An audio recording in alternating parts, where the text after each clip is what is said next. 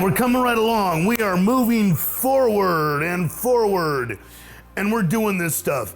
And the deal is now we're on step 10. Continue to take personal inventory, and when we were wrong, promptly admitted it. So the 10th step, what we're doing is we're checking ourselves each day, every day, looking at what is going on inside, personal reflection. We've discovered the energy of the heart. We've discovered our fears, our insecurities, our problems, our frustrations, our uncomfortable negative energy things that are going on inside of us.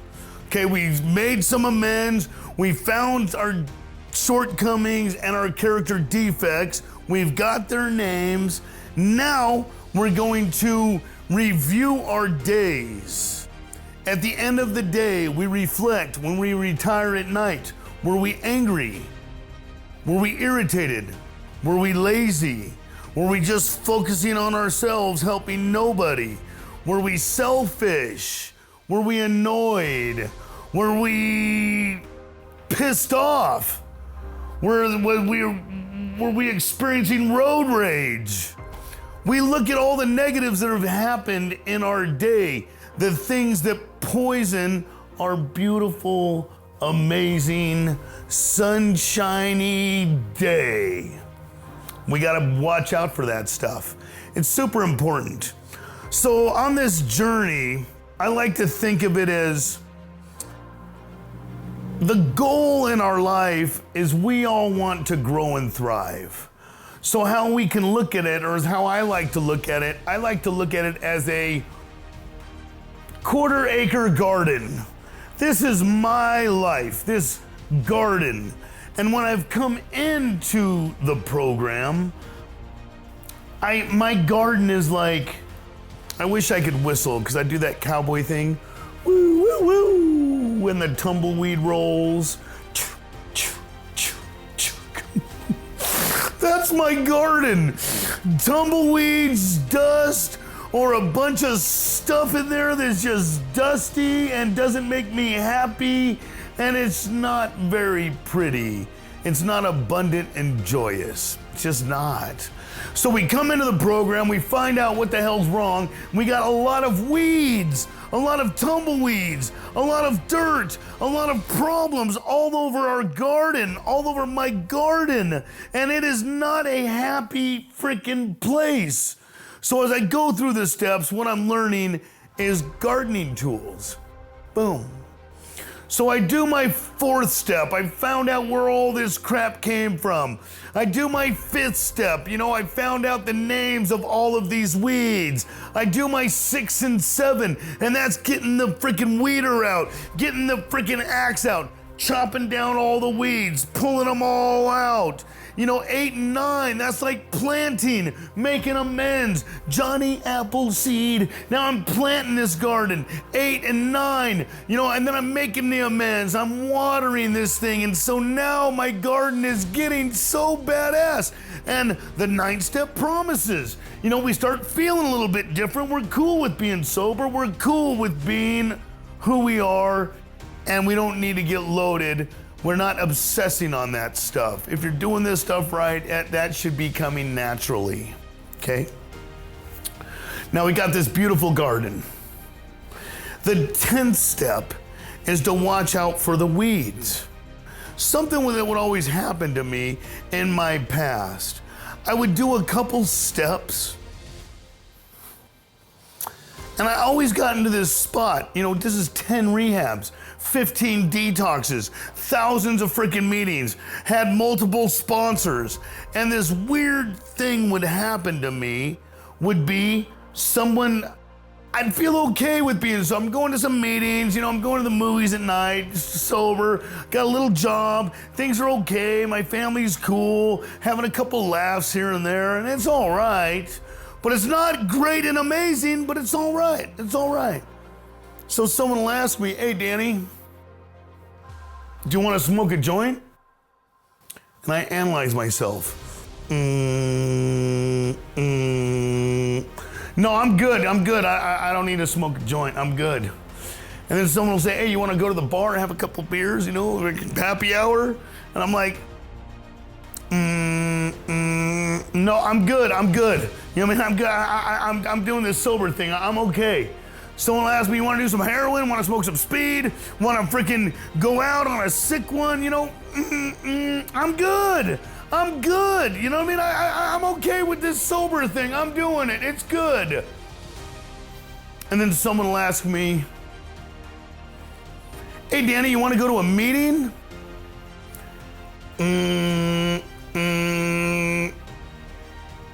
No, I'm good. I'm going to a meeting.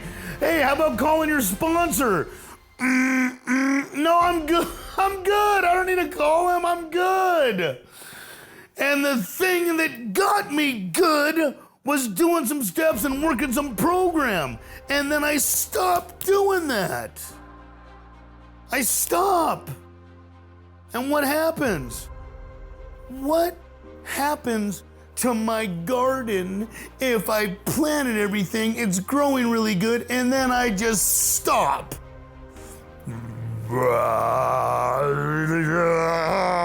Weeds, man, weeds. They start growing everywhere. And guess what I'm doing? I'm going to work. I'm going to work. I'm taking care of my family. I'm going to school, going to the gym, hey. And on the inside, this thing starts growing up inside of me, and it starts choking the life out of me. People start irritating me. I start irritating myself. I'm not liking the way I look. I'm not liking the relationship I'm in, or I'm not liking I don't have a relationship, and the world is not cool like it was, and the disease starts choking the life out of me again, and I get loaded. Because I'm not gonna walk around with the life getting choked out of me. I know a way out of that. Meth, heroin, drinking, Xanax, pills, oxys. I know a way out of that freaking choking the life out of me. It's still choking the life out of me, but at least I can't feel it. And that's what drugs and alcohol do for me. Makes me not feel how shitty my life really is. That's why I gotta go there. But then it stops working. So now that 10th step, that disease growing back, I review my day.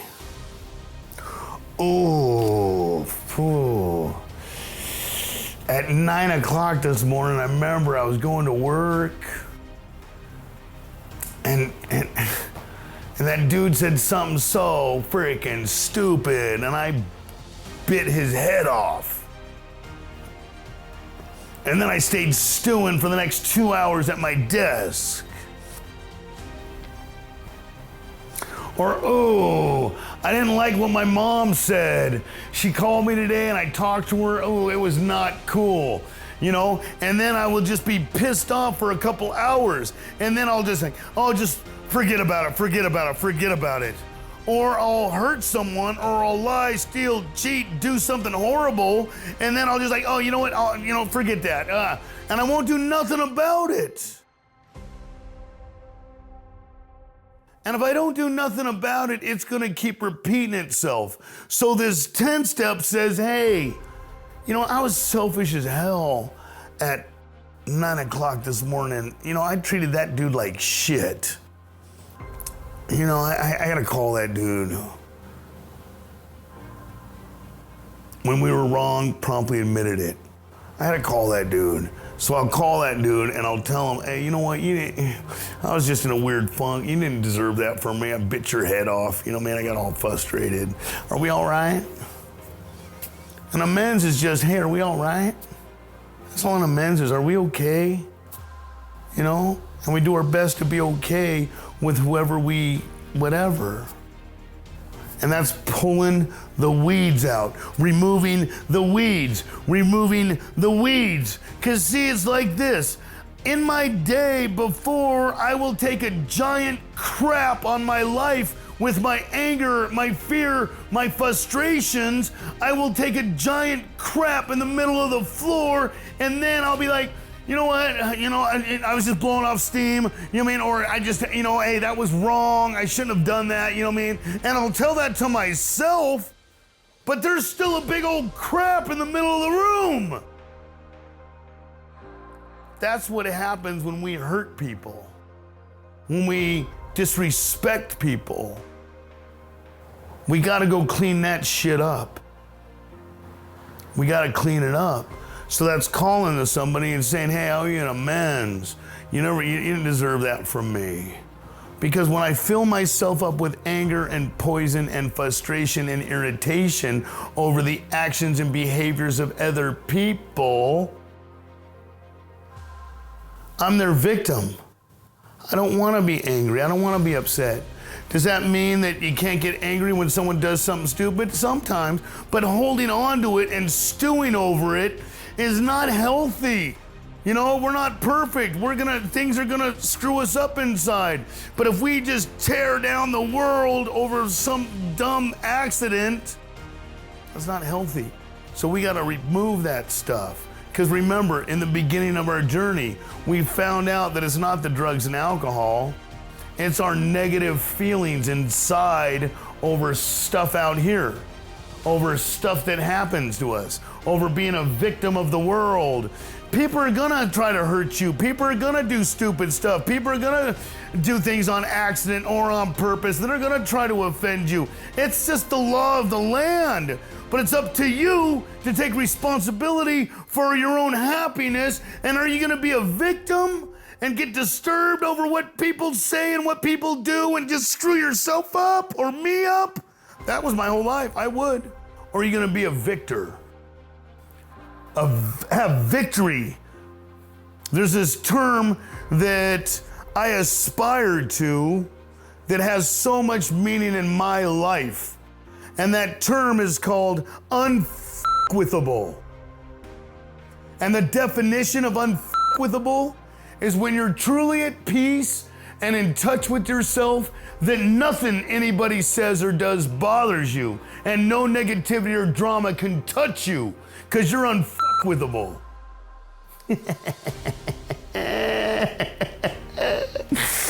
Woo! I'm not perfect at it, but I aspire to be it every day. Because that's a hero shit. Hero shit. To be unfazed, stoic, the spiritual giant, the unmovable mountain. That's what we want, and the only way that we can be that is to recognize when we get so sensitive and disturbed, and then we gotta release it. Prayer, meditation, release it, make amends for that, because we only want kindness. That's how we want to be treated. And when we're treating people horribly, we're not being kind, and so we're manifesting a horrible experience. Because I promise you, the person that made you mad, talking that certain way, or doing something stupid that you don't agree with, or being confrontational, that person will keep coming back into your life over and over and over again. And guess what? That person is gonna have a different face. Over and over. A lesson is repeated until it is overcome. It's a law. It's a law of life. Because all we want, this design, the ultimate goal is heaven, nirvana, salvation, enlightenment, happiness, joy, peace, serenity. That is the goal, man. That's what we all want. And we cannot get there by keep hurting people, by just keep swallowing negativity, keep looking at things and being disturbed by the things, the person, the situation, the circumstance, the environment, the entities, whatever. When we're filling ourselves up with that, we cannot find happiness. Do you want to be happy? Then we need to find happiness in the face of adversity. Here's the weird thing. There's this phenomenon that happens. And I'm going to tell you why it's a phenomenon, okay? So, when I was counseling over at this program, at the end of 28 days, it was a 28-day program. At the 28 days, I had a guy come up to me that was he was 30 years old, and he was a heroin addict, and he went through the program and did all this stuff, and at the end of 28 days, he came up to me and he's like, Danny, thank you so much, bro. Like, I'm so glad I made the decision to come here. Like, I cannot wait to see what my future holds as long as I stay connected and I keep doing this stuff. Thank you so much. Like, I want to be in contact. It's gonna be great. You know what I mean? I'll do anything I can. I'll be at these meetings. I'm like, right on, bro. Hell yeah. That's so rad, right? Another guy I had later that was around 30 years old, heroin addict, didn't have shit to his name, same exact situation, same thing as the other guy. And this guy, at the end of 28 days, he came to me on the 27th day and he's like, hey bro, check this out. So the end of my plan is, it'll be 28 days tomorrow. Can I leave at midnight? Because I need to get the fuck out of here. You know what I mean? Because this is the biggest mistake of my life. I don't even know why I came here. I can't stand so-and-so. I can't believe they did that. I can't believe they did that. This place, like, you know what? I just need to get the hell out of here. I want to leave at midnight because that's my 28th day. This place sucked. What the phenomenon is this. Both these grown men existing in the exact same place in life, going to the same program, eating the same food, under the same roof, going to the same groups, experiencing the same exact experience, and at the end of 28 days, one says, thank you, and the other one says, screw you. That's why it's a phenomenon. The phenomenon is because they were both experiencing the same thing, and one experienced it horribly and one experienced it gratefully. We don't see the world as it actually is. We see the world how we are. The one that was grateful, he was in full acceptance that he had a problem and he wanted to do something to be able to overcome that problem. He was willing to work a program, willing to take full responsibility and accountability of the person he is and the life he has and being able to work on it. The other guy was the victim. He hated the counselors. He hated everything. He hated everything, was blaming his situation, his circumstance, the program, his mom, his mom, his family, blamed everybody for his situation, and he hated it. So, step 10. We remove the things inside of us that's making this life look like crap, that doesn't look fulfilling. We remove the negatives, and then we watch for when we go through life and experience some negative things, take responsibility for it. It's not my mom, it's not my dad, it's not my children, it's not my ex, it's not my family, it's not this place, it's me. So I have this negative energy inside of me. I review my day at 1 o'clock today. Very selfish, and I talked so much shit. It was not good. I want a happy life. I take responsibility for that. I was poisoning myself. Please take this away from me. Either do a 7-step prayer or a meditation to review that moment and to release that negative. Ask God to please fill you with love. Plug into the spirit of the universe that is love. Focus on what you want. And if you owe someone an amends for poor behavior, go and make those amends. Go and make that right. All we're doing is looking at our garden, and we are doing maintenance to our garden on the daily and not springing up weeds, man. Removing the weeds. Let's look around. Let's look around at our day. How was it? The road to happiness is not frustration. The road to happiness is joy. Was I joyful today? Was I helping others today? Or was I tripping on myself all day and my irritations? Woo! They're coping skills. Bam! Release the negative, grow the positive. The story of all humanity, good versus evil, right versus wrong, the light versus the darkness, the victories versus the failures. It's the same story, but now we got tools to recognize the negatives, and so we can grow the positives. Boom! Hate versus love, man. Let's do some more love and less hating. And that's the secret of life. Anyway, that's it for step 10. Cool, you guys. Thank you again. I hope it made sense. I hope it got a little piece of something in there. It's an inside job. Thank you. We'll be moving on to step 11, prayer, meditation, ninja shit. All right, we'll see you guys next time. Thanks.